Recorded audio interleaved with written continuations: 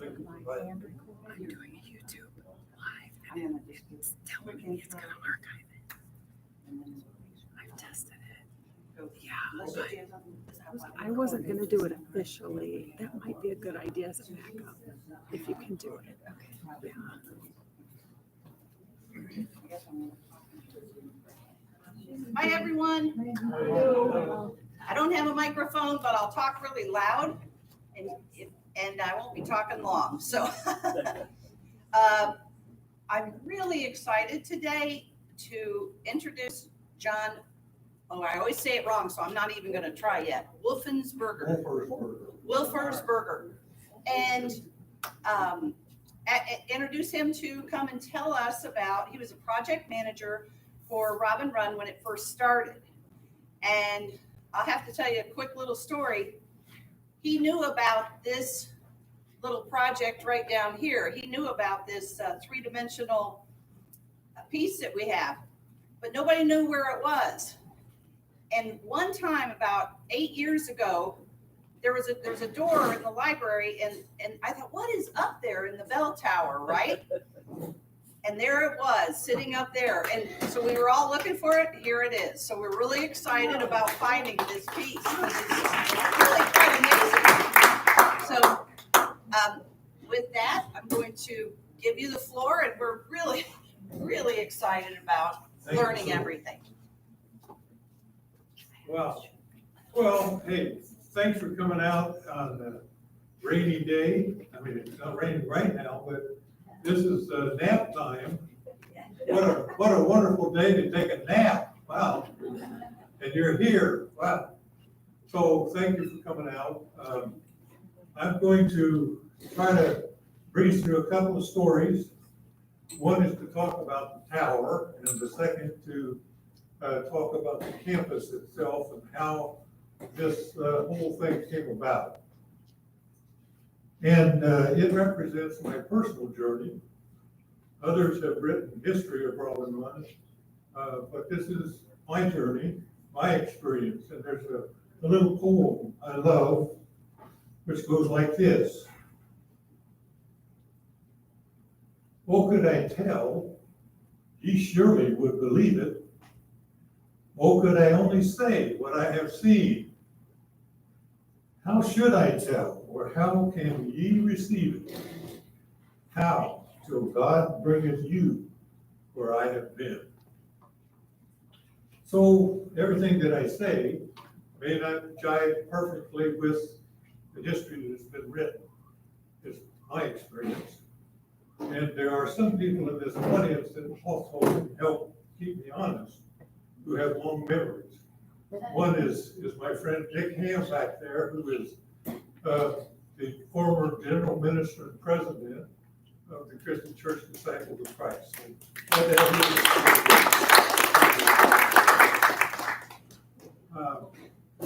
In the audience also is Doris Woodward, Philby.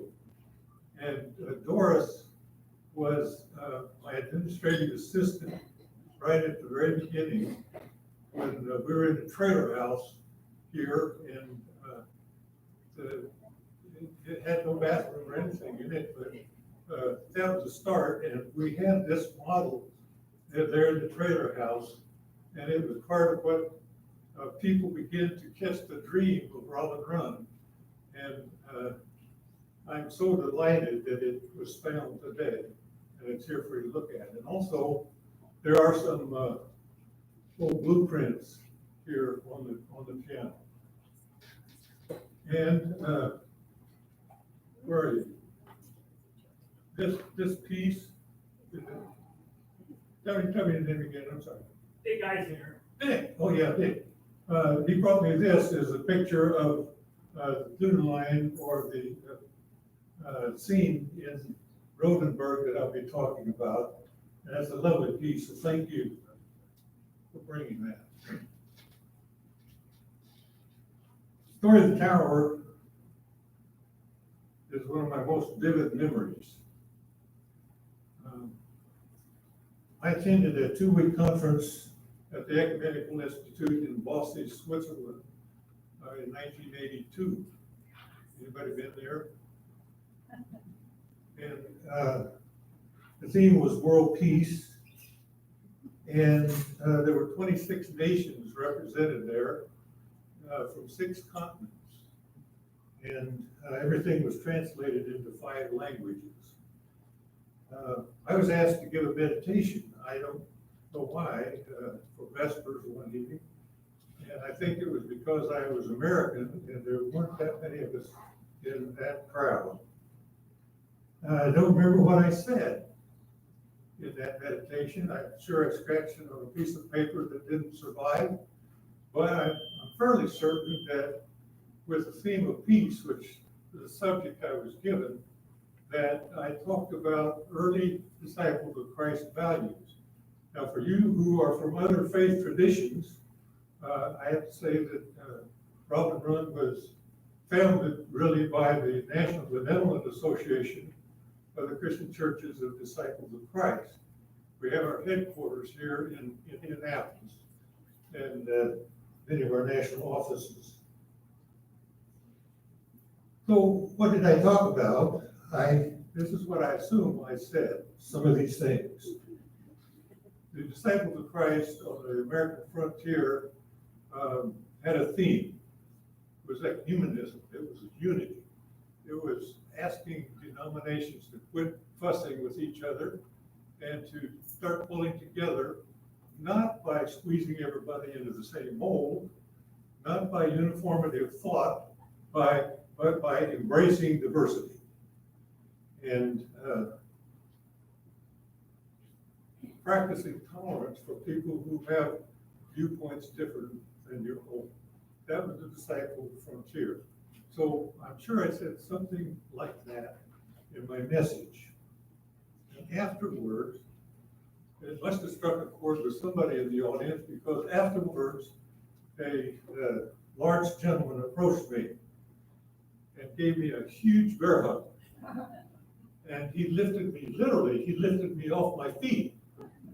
I had never had a parishioner come out after church and say, that was a nice sermon, preacher, and give me a bear hug like this.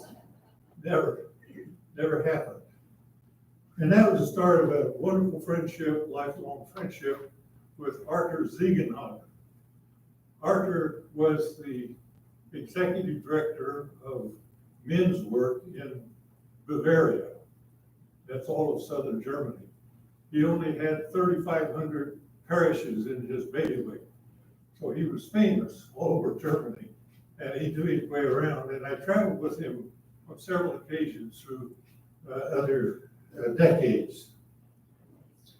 And Arthur said, well, I didn't really know Americans thought that way, but would you consider traveling with me to some of my congregations so they can hear from an American? And I said, well, my German is horrible. I don't think I can do that. Oh, no problem. I'll translate, he said. So after the conference, we met up with Arthur and his lovely wife, Margaret, in Nuremberg, which was their home. That's the old stomping grounds for Hitler, and his rallying grounds. And after touring some of that, the next day we went to church with Arthur and Margaret. Not church, we went to cathedral with Arthur and Margaret. I was not used to speaking in cathedrals, especially the kind that you have to climb a flight of stairs to get into the pulpit. But that was my first experience with cathedral speaking. The next day we took off and we went to the lovely town of Rotenburg, Germany.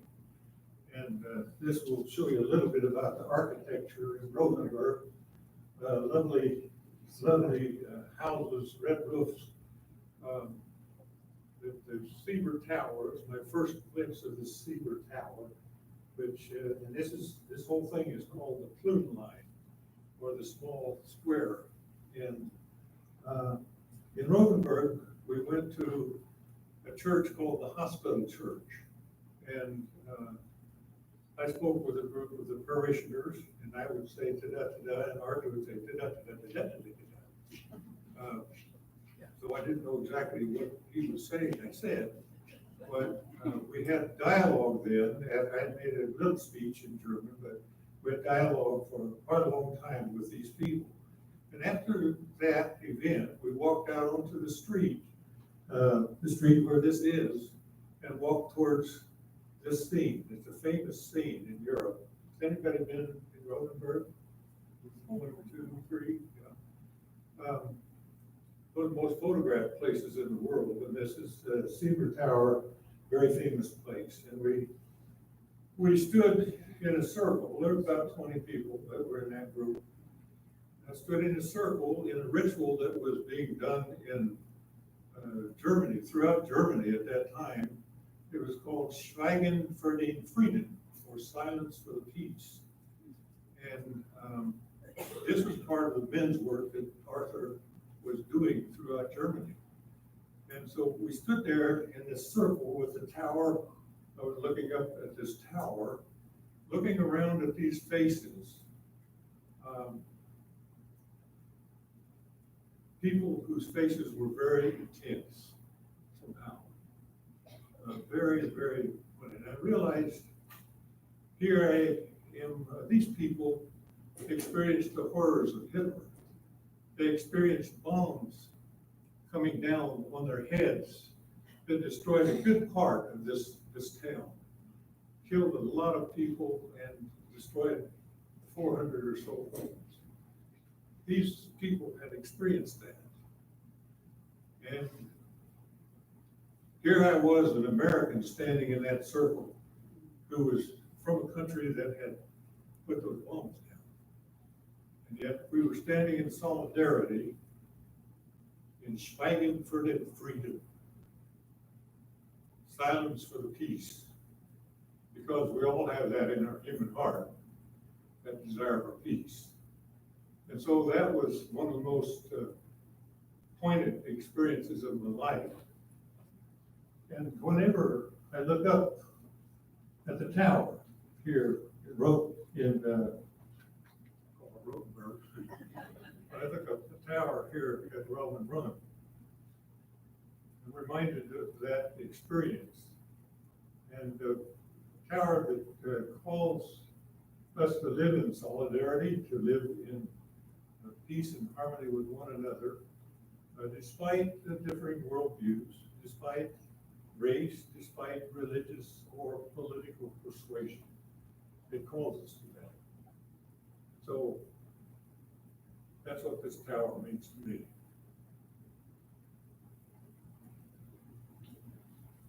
Now, when I turn to the campus itself, it's a rather long story, and I'm nervous at the fact that there are some people in the audience who have very long memories. So I have to be careful with what I say. But this is my experience, my personal experience. It is not what is written in the history necessarily, but a lot of that is very good and is in the library. This is my personal experience of how this campus came about. Robin Run did not grow out of a singular event or an isolated event. It had probably 15 years in the making. And before coming to Indianapolis, I was the executive minister of the Christian churches in Greater Kansas City. We had a large number of about 80 churches there, and there was a pretty strong desire for retirement housing in Kansas City, but the National Benevolent Association, I'll call it NBA from now on, not National Basketball Association, National Benevolent Association is harder to say, but had no presence there.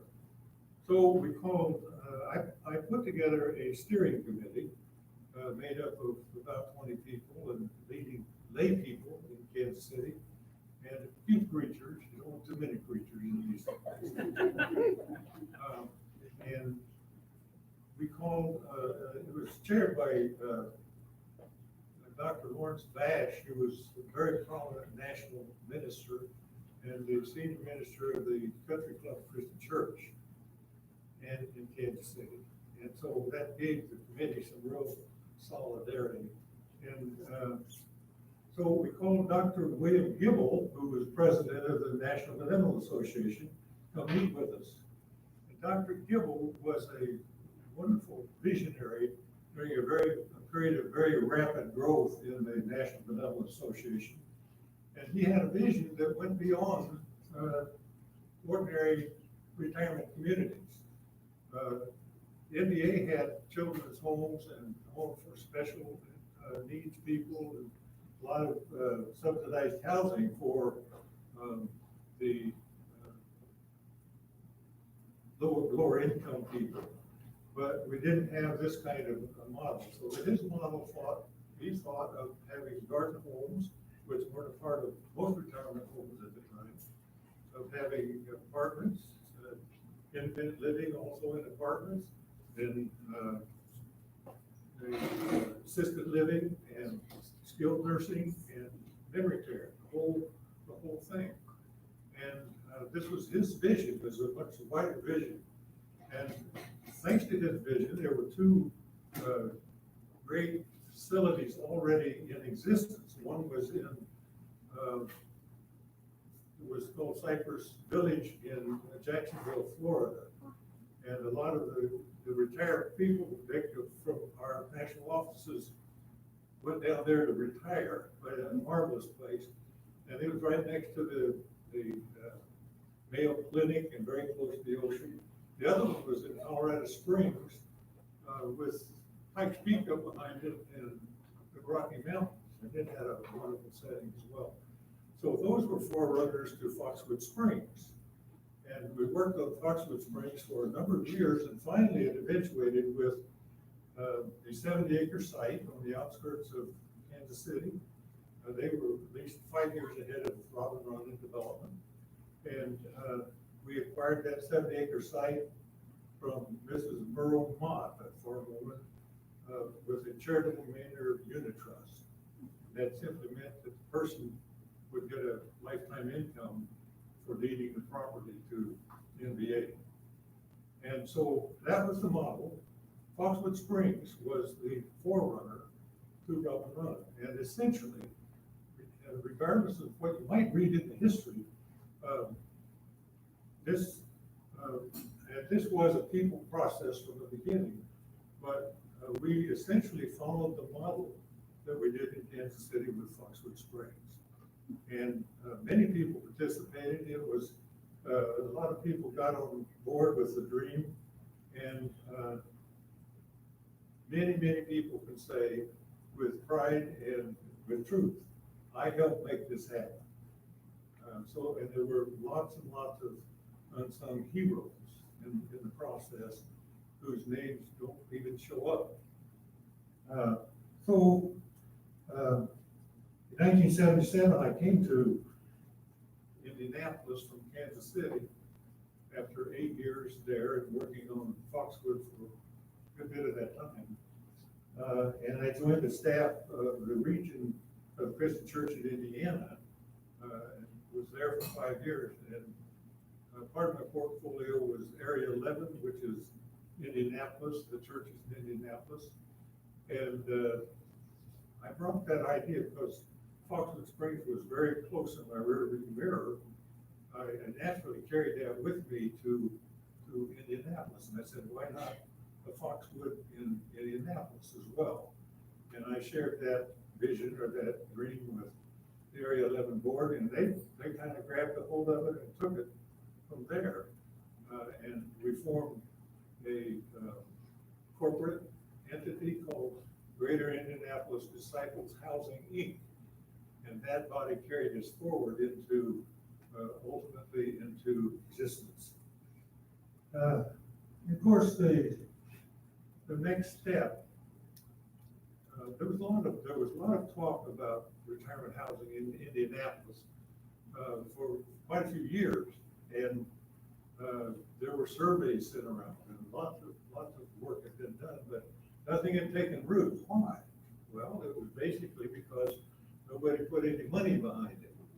So NBA knew that we had to have a capital campaign to raise money, and they needed money for 2 retirement or nursing facilities in Marion and Martinsville. And they wanted startup money for Robin Run. So they set a capital campaign goal of $1,750,000. And guess who they called and asked if I would direct this capital campaign? Well, there was no course in seminary that said, how do you raise $1.75 billion? That would be like $6 million today. And I looked at that number and it just scared the bejesus out of me. But because I wanted this project to succeed, I accepted the job. And I didn't have any experience or background in raising that kind of money. And everybody said, you're gonna fall flat on your face. And one reason was that the Christian Theological Seminary had just completed a successful $10 million campaign. And there had been another campaign in the region that kind of flopped, because it was going to flop too. And I had to say to myself, when I looked at this daunting goal, if you're going to not fall on your face, you got to really believe in what you're doing. And for 2.5 years, I was set up in an office building out here someplace on Keystone, about the 6th floor with a secretary, and that was me. And they said, go get this money. And so I started calling on churches and people and having dinners in churches and asking people to support these 3 causes. And, God bless their hearts. I can't hardly tell you how wonderful it was that so many people dug down in their pockets and they wanted 2-year pledges for these 3 projects. And over and above whatever they were giving to the local congregations. And some people thanked me. And there was Chet. Let me tell you about Chet. Chet made furniture for children. And I called on Chet and asked him, I need some skill, I guess now, in asking for money. And, actually, I came to find a real joy in doing it and asking people to support a dream. And I just got over that I hated to raise money kind of idea, and started asking people. I'll ask Chet, would you consider giving $250,000 for a project in Martinsville? And Chet, and I said, this would be in memory of your late wife. And we'll put her portrait in the lobby. He looked back and he said,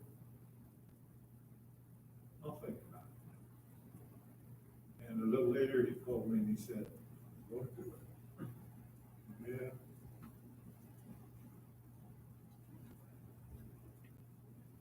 It was a great day, but maybe about a month after that, Chet called me back.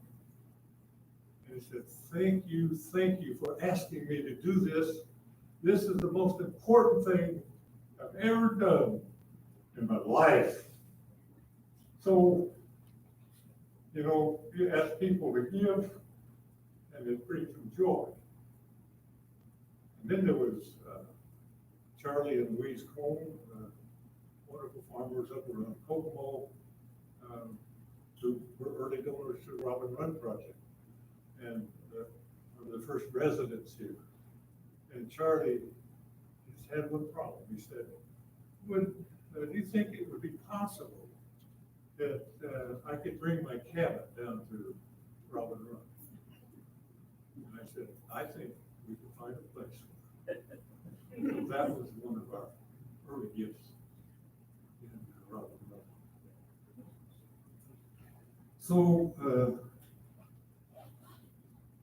after raising money and shaking in my boots, and after 2.5 years of travel, we inched our way. We had a chart. I don't know whether you remember this, Doris. We had a chart with a red thermometer on it, and money kept going up inch by inch towards 1.75.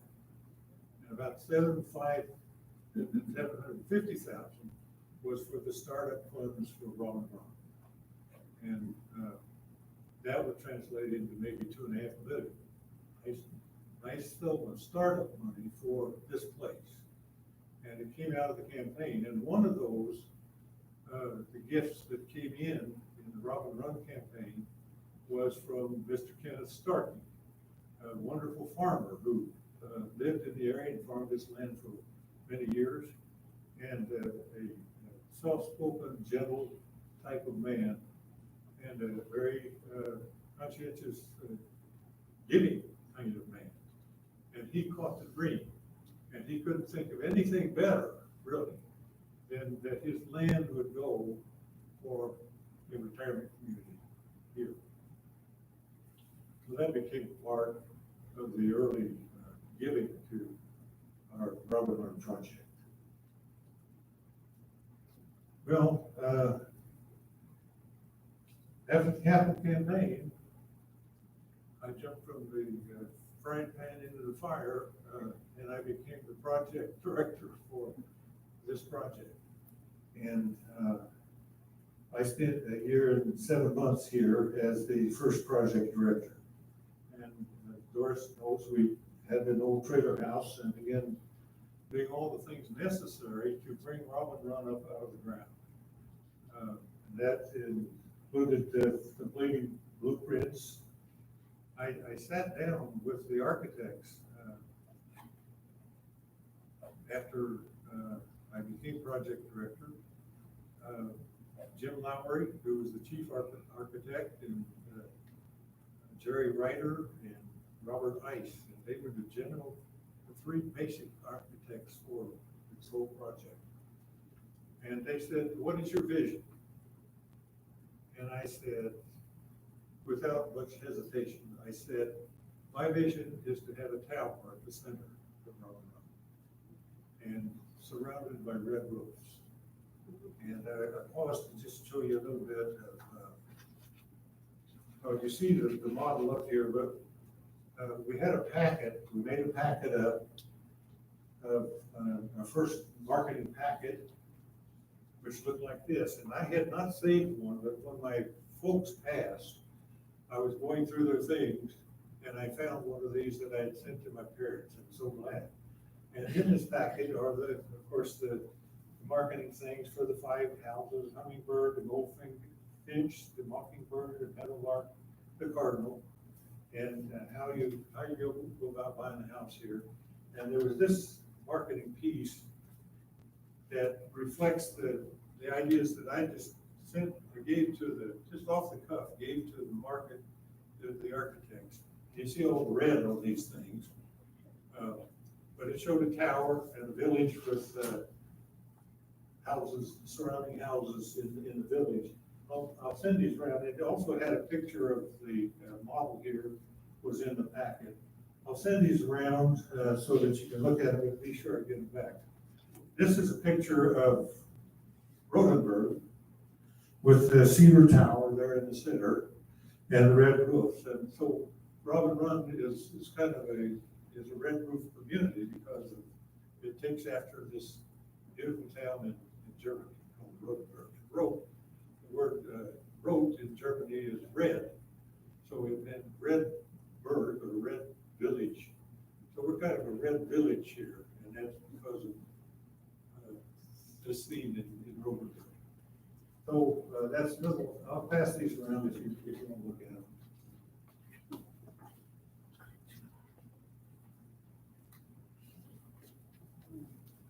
So I'm almost done. If you don't off, I'll just assume it's the time of day. It's nap time. It's no problem.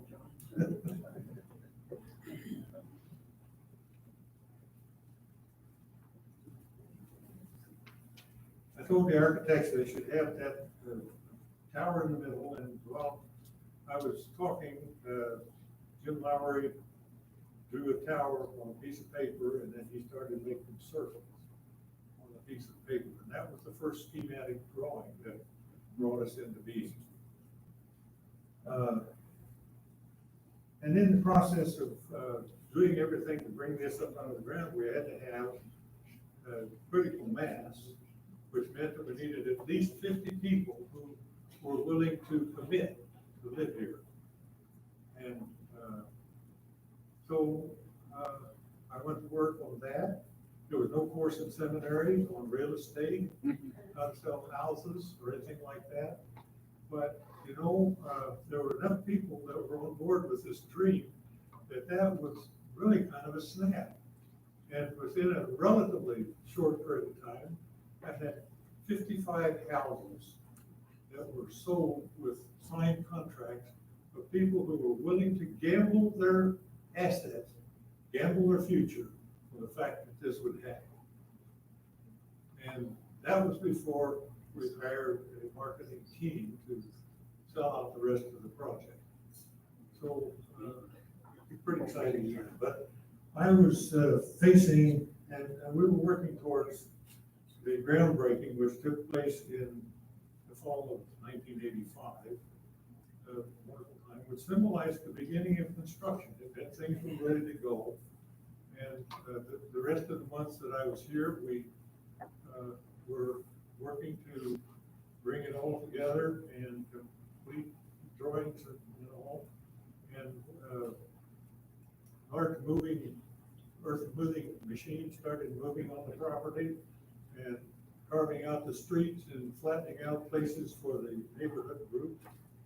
And then followed by lumber trucks and concrete trucks and all of that, laying foundations. And Robin Run was going to soon be operational. People were selling the houses, going to move here. And I faced a career decision. I was 50 years old, and I'd been doing executive work for 17 years. And I had a yearning in my heart to go back to the pastorate, which is where I started my ministry. And there was that choice that I needed to get on with if I was ever going to do it, or I would stay and help to build out and Robin Run. I wrestled with that for a while, and Marcia helped me wrestle, and I ended up deciding to turn the reins to somebody else and let the build out take place under somebody else's leadership. So then Marcia and I headed for California, where we stayed for 33 years, and we came back last October to live in within sight of this beautiful tower.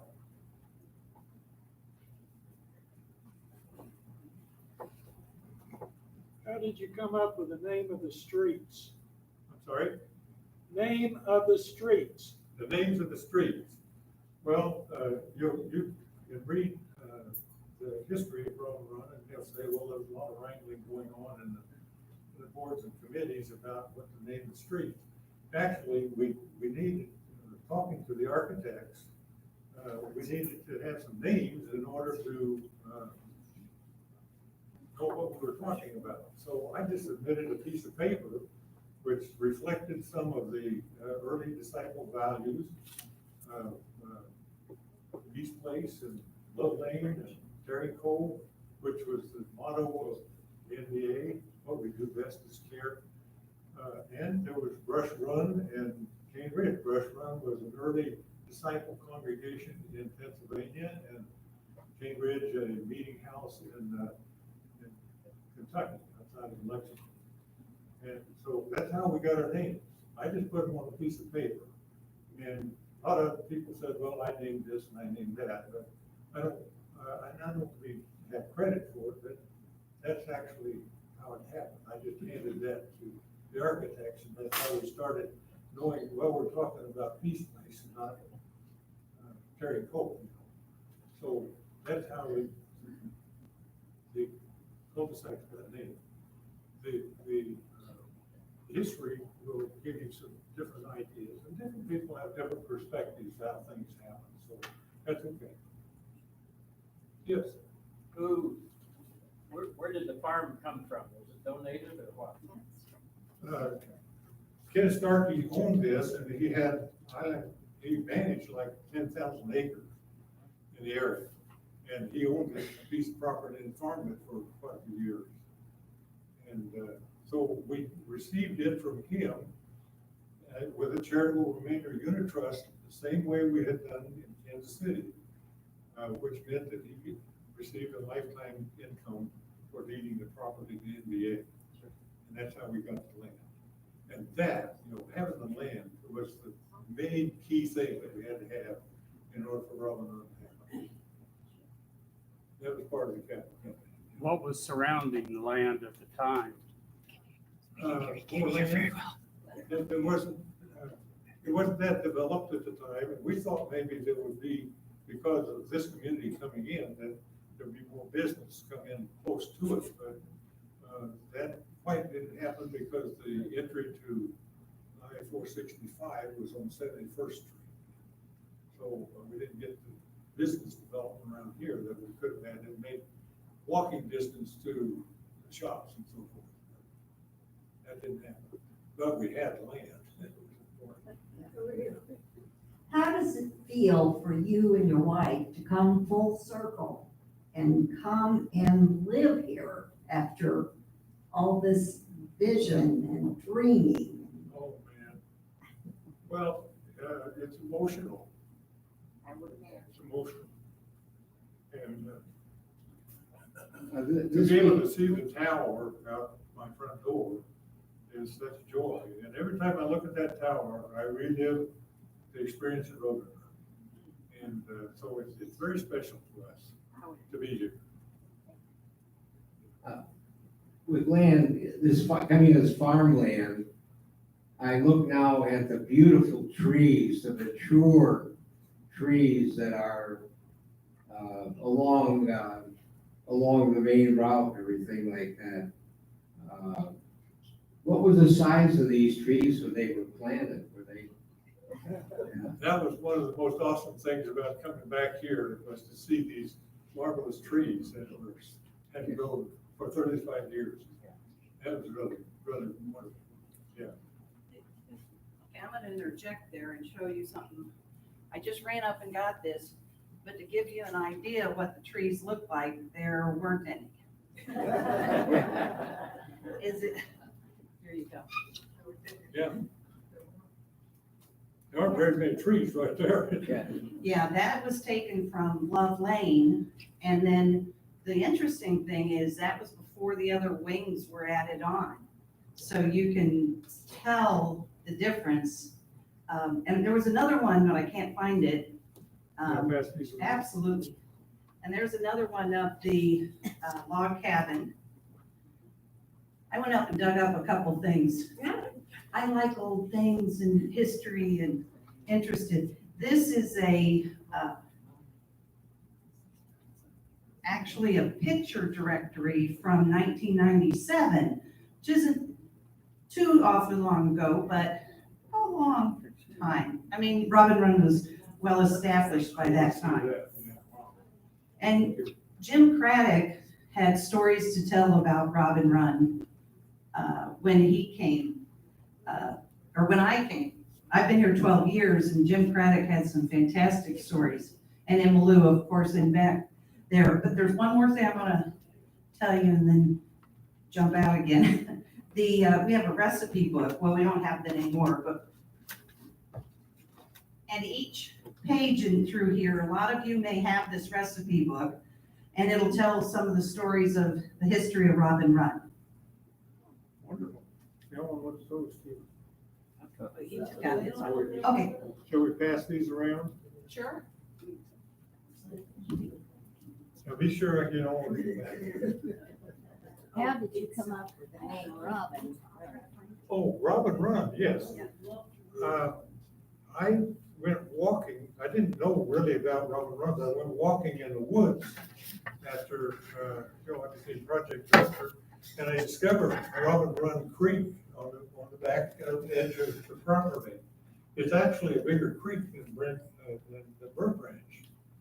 And so I looked it up on the map and saw that it was called Robin Run. And I saw that where it was running down through the countryside. And so that became the name we gave.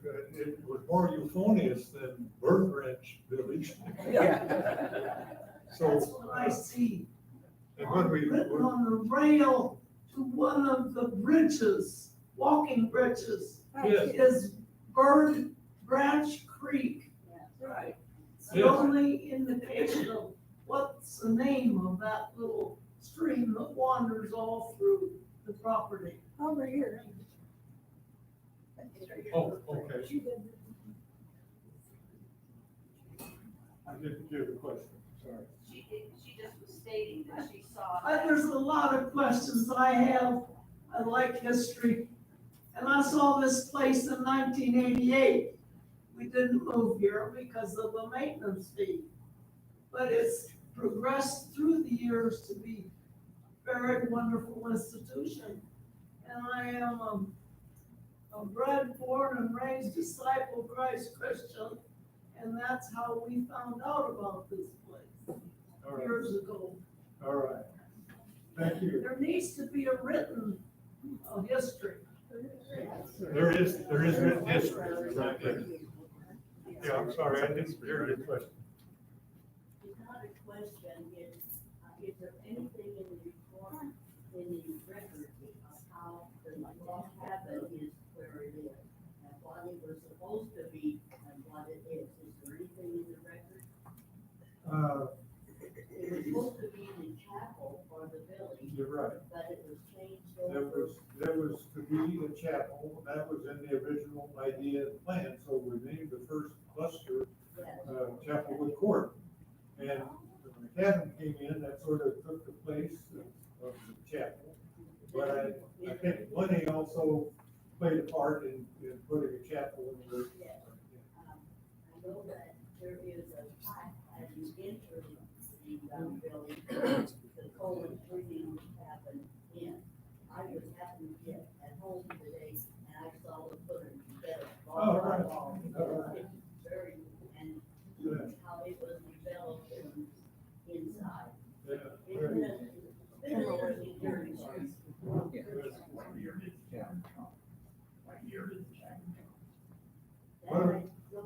Probably 86 or 7. 88.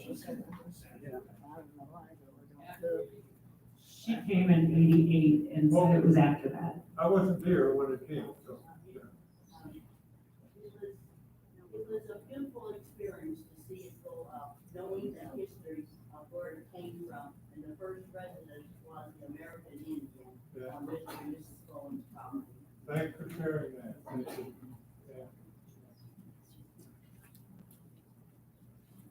Yeah. Was there a golf course there at one time? Well, I think there was.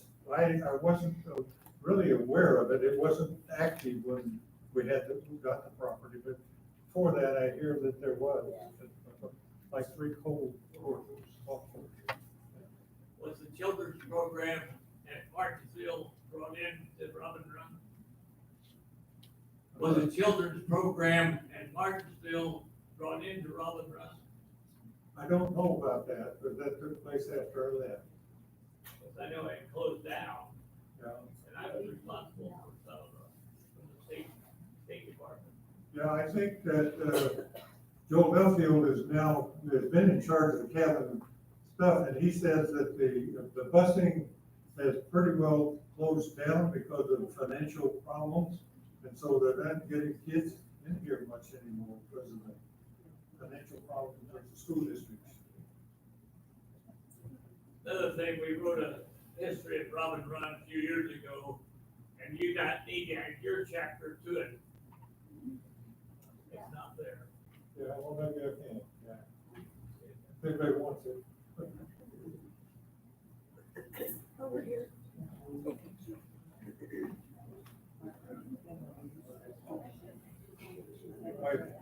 My friend Dick Ham here was in Kansas City during the time we were developing Foxwood Springs also, so he's aware of the forerunner of this place.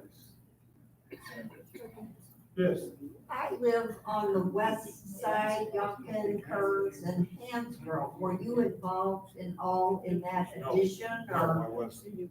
do you know anything about, did this get built out and they wanted more property, or how it came to be? I'll ask David, do you know about that, the history of the west property?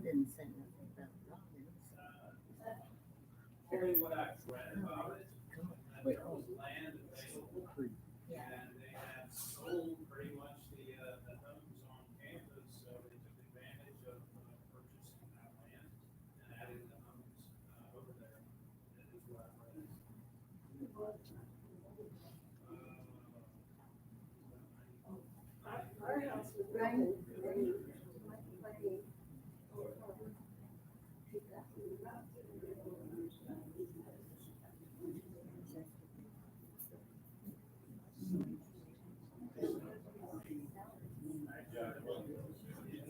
There.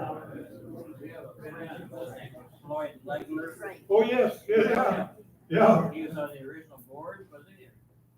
Bless him, he gave a nice big chunk to this campaign, yes. Yeah, and he ran a trucking company, which he ran his trucks about 400,000 miles, and they overhauled them and put them back out on the street. And when I asked him for the money, I'll tell you how much, he gave a nice sum of money. He said, well, I'll borrow another $1 million and put some more trucks out on the road. And that's why he gave us a very nice sum of money.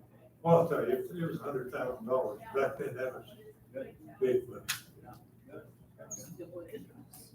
Was Main Street, with all its shops and the original plans, Main Street with all the shops, was that in the original plans?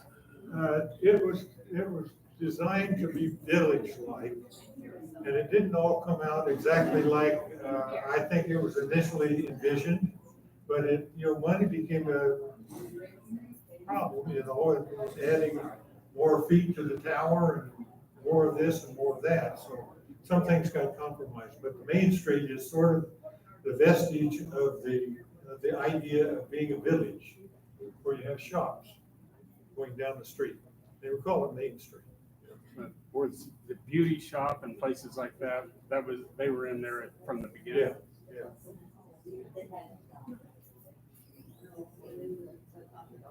Okay, well, I congratulate you on staying awake at that time on a rainy day. And thanks so much for coming out today.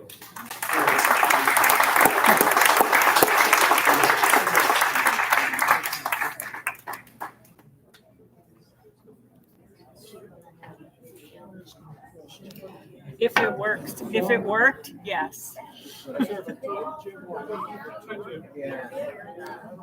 Yeah.